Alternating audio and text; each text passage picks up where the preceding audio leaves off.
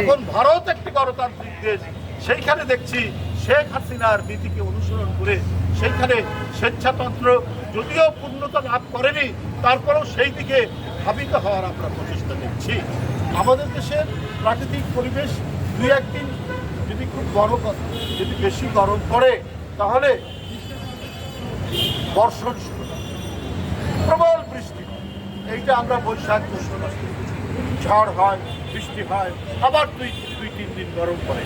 সেই গরমটাও ছিল মোটামুটিভাবে সহনীয়, কিন্তু 42-43 ডিগ্রি সেলসিয়াস উঠবে। আজকে আমরা যত এই বিষয়ে বলি সরকার তুচ্ছ থাকছে। আমরা বলেছি এই গ্রীষ্মের মধ্যে মানুষ বাঁচতে পারছে না, আর আপনারা শনিবার থেকে স্কুল খুলবেন, বাচ্চারা স্কুলে যাবে, আপনাদের কি এতটুকু মানবতা বোধ নেই?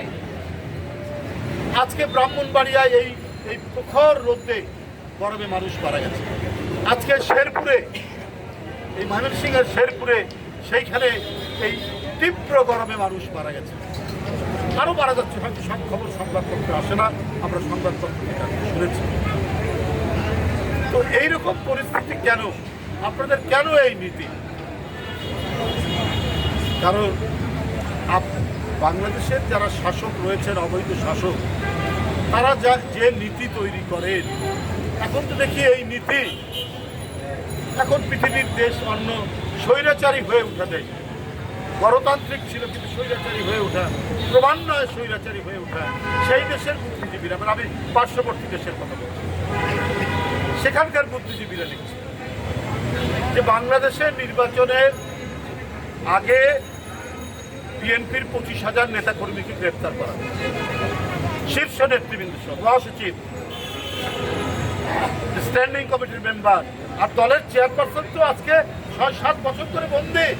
ভারপ্রাপ্ত চেয়ারম্যানকে সাজা দিয়ে দিয়ে আজকে এমন এক পরিস্থিতি তৈরি করা হচ্ছে, তিনি লন্ডন থেকে, দেশের বাইরে থেকে, 1000 কিলোমিটার দূর থেকে, তার উপর এত অবিচার অন্যায়ের পর তিনি সেখান থেকে আমাদের দলকে পরিচালনা করছেন গণতন্ত্র পুনরুদ্ধারের জন্য।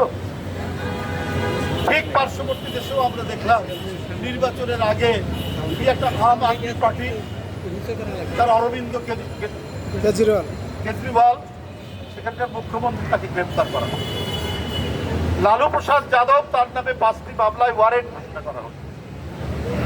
তো এটা এখন গুরু কি শেখ হাসিনা আর শিষ্য কি মোদী? না মোদী গুরু, শেখ হাসিনা শিষ্য? আমার তো মনে হয় শেখ হাসিনাই গুরু। কারণ তিনি যে পদ্ধতি অবলম্বন করেছেন, স্বৈরাচার থেকে ফ্যাসিস্ট, ফ্যাসিস্ট থেকে চরম ফ্যাসিস্ট, এখন এক জুলুমের, এক নায়কের, এক ভয়ঙ্কর মূর্তিতে আত্মপ্রকাশ করেছেন শেখ হাসিনা। এখন ভারত একটি গণতান্ত্রিক দেশ, সেইখানে দেখছি শেখ হাসিনার নীতিকে অনুসরণ করে সেইখানে স্বেচ্ছাতন্ত্র যদিও পূর্ণতা লাভ করেনি, তারপরেও সেই দিকে ধাবিত হওয়ার আমরা প্রচেষ্টা দেখছি।